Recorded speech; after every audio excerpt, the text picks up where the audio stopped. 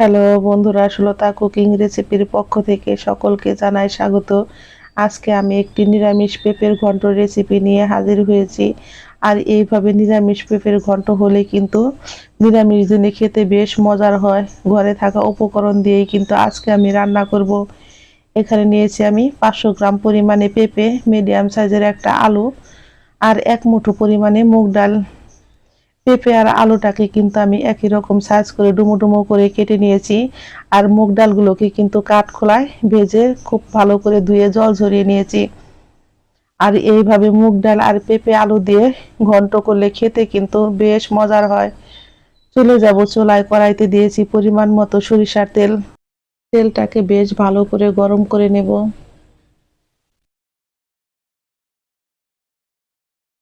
এখন পেঁপে আর আলুটা দিয়ে কিন্তু চুলার আঁচটাকে কমিয়ে খুব সুন্দর করে ভেজে নেব। এখন আমি দিয়ে দেব এর মধ্যে অল্প পরিমাণে একটু হলুদের গুঁড়া দিয়ে কিন্তু আমি পেঁপেগুলোকে বেশ ভালো করে চুলার আঁচটাকে কমিয়ে ভেজে নিব।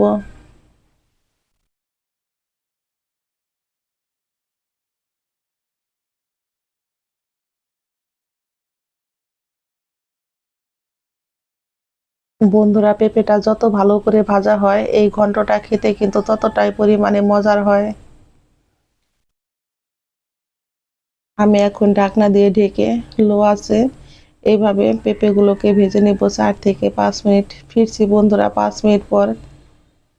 এখন একটু পেঁপে আর আলুটাকে বেশ ভালো করে নেড়ে দিব। পেঁপে আর আলুটা কিন্তু আমার খুব সুন্দর করে প্রায় ভাজা হয়ে গেছে। বন্ধুরা, এখন এই পেঁপেগুলোকে আমি চুলায় থেকে নামিয়ে নিব।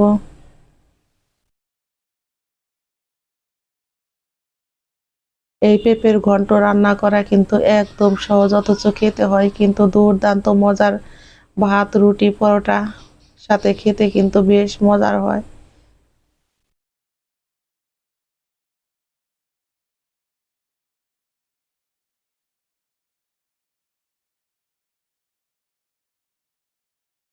এখন পেঁপে ভাজা তেলের মধ্যে দিয়ে দেব গোটা জিরে, তেজপাতা, এলাচ, দারচিনি, একটা শুকনা লঙ্কা। আর দিয়ে দেব আমি বেশ কিছুটা পরিমাণে কাঁচা লঙ্কা। আর দিয়ে দেব অল্প একটু পরিমাণে পাঁচফোড়ন। চুলার আঁচটাকে কমিয়ে ফোড়নটাকে কিন্তু আমি খুব সুন্দর করে রেডি করে নিব। ফোড়ন থেকে কিন্তু খুব সুন্দর একটা মিষ্টি গন্ধ বের হচ্ছে। এই সময় আমি দিয়ে দেব থেতো করে রাখা 1 ইঞ্চি পরিমাণে আদা। আদাটা কিন্তু অবশ্যই নিরামিষ রান্নাতে ব্যবহার করবেন, তাহলে দেখবেন নিরামিষ রান্নার স্বাদই হয় কিন্তু অন্যরকম। অল্প একটু পরিমাণে জল দিয়ে এখন এর মধ্যে দিয়ে দেব আমি স্বাদ মতো লবণ। আমি এর মধ্যে কিন্তু খুবই অল্প পরিমাণে মশলা ব্যবহার করব। হলুদের গুঁড়া, মরিচের গুঁড়া, ধনিয়ার গুঁড়া। মশলাগুলো দিয়ে কিন্তু আমি খুব সুন্দর করে কষিয়ে নেব।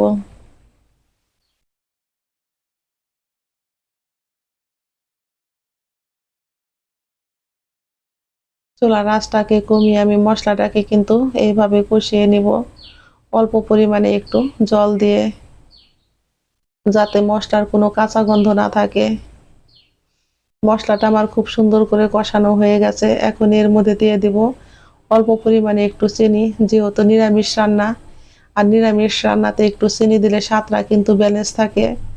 আপনারা যদি কেউ চিনি না খেতে চান তাহলে স্কিপ করতে পারেন। এখন আমি দিয়ে দেব ধুয়ে রাখা মুগ ডালগুলো। আমি এক মুঠো পরিমাণে মুগ ডাল দিয়েছি। খুব বেশি মুগ ডাল দিলে কিন্তু এই রান্নাটা খেতে ভালো লাগবে না। সেই জন্য অল্প পরিমাণে মুগ ডাল দিয়ে কিন্তু রান্নাটা করতে হয়।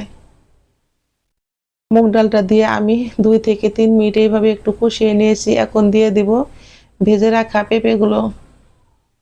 পেঁপেগুলো দিয়েও কিন্তু আমি 2 থেকে 3 মিনিট এইভাবে একটু কষিয়ে নেব।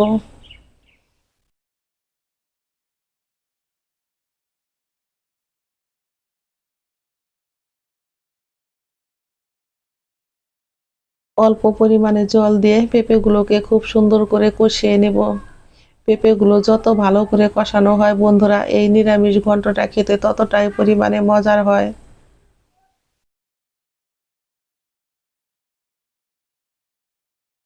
এগুলো আমার খুব সুন্দর করে কষানো হয়ে গেছে।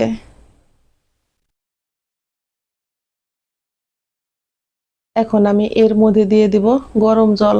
অবশ্যই কিন্তু রান্নাতে গরম জল ব্যবহার করবেন, তাহলে দেখবেন নিরামিষ ঘন্টর টেস্টটাই হয় অন্যরকম।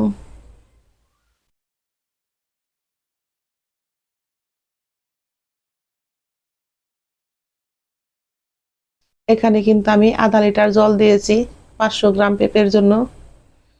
এখন চুলার আঁচটাকে বাড়িয়ে ঢাকনা দিয়ে ঢেকে আমি রান্না করে নিব 2 থেকে 3 মিনিট। ফিরছি বন্ধুরা 2 মিনিট পর। তরকারিতে কিন্তু আমার বলক চলে এসেছে। এখন আমি একটু পেঁপেগুলোকে খুব সুন্দর করে নেড়ে দেব। এই ডালগুলো কিন্তু গলে যাবে না, একদম মিহি হয়ে একটু গোটা গোটাই থাকবে। এখন চুলার আঁচটাকে এইভাবে কমিয়ে আমি 8 থেকে 10 মিনিট এগুলোকে রান্না করে নেব।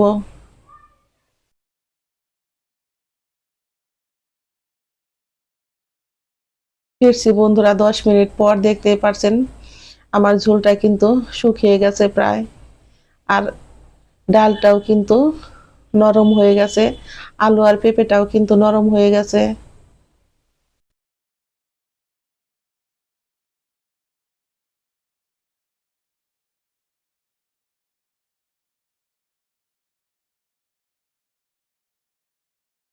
আমি এখন এর মধ্যে দিয়ে দিয়েছি বন্ধুরা 1 চামচ পরিমাণে ঘি। ঘিটা আমার স্কিপ হয়ে গেছে। আর দিয়ে দিয়েছি আমি 1 চা চামচ পরিমাণে ভাজা জিরার গুঁড়ো, অল্প পরিমাণে একটু গরম মশলার গুঁড়ো। এখন সমস্ত উপকরণ দিয়ে কিন্তু আমি আবারও একটু নেড়ে দিয়েছি। আর ঝোলটা কিন্তু এইরকম মাখো মাখোই থাকবে, খুব বেশি ঝোলও থাকবে না, আবার একদম পাতলাও না। এইরকম মাখো মাখো ঝোল থাকলেই কিন্তু নিরামিষ ঘন্টটা খেতে বেশ মজার হয়। ডালটা বন্ধুরা আমি একটু দেখিয়ে দিচ্ছি, দেখুন কতটা পরিমাণে নরম হয়েছে। এরকম কিন্তু গোটা গোটাই থাকবে, অথচ ভেঙে যাবে না। রান্নাটা আমার রেডি হয়ে গেছে, চুলাই থেকে নামিয়ে নিব। চুলাই থেকে নামিয়ে গরম গরম পরিবেশন করুন, ভাত কিংবা রুটির সাথে খেতে হয় কিন্তু দারুণ মজার, সেই স্বাদ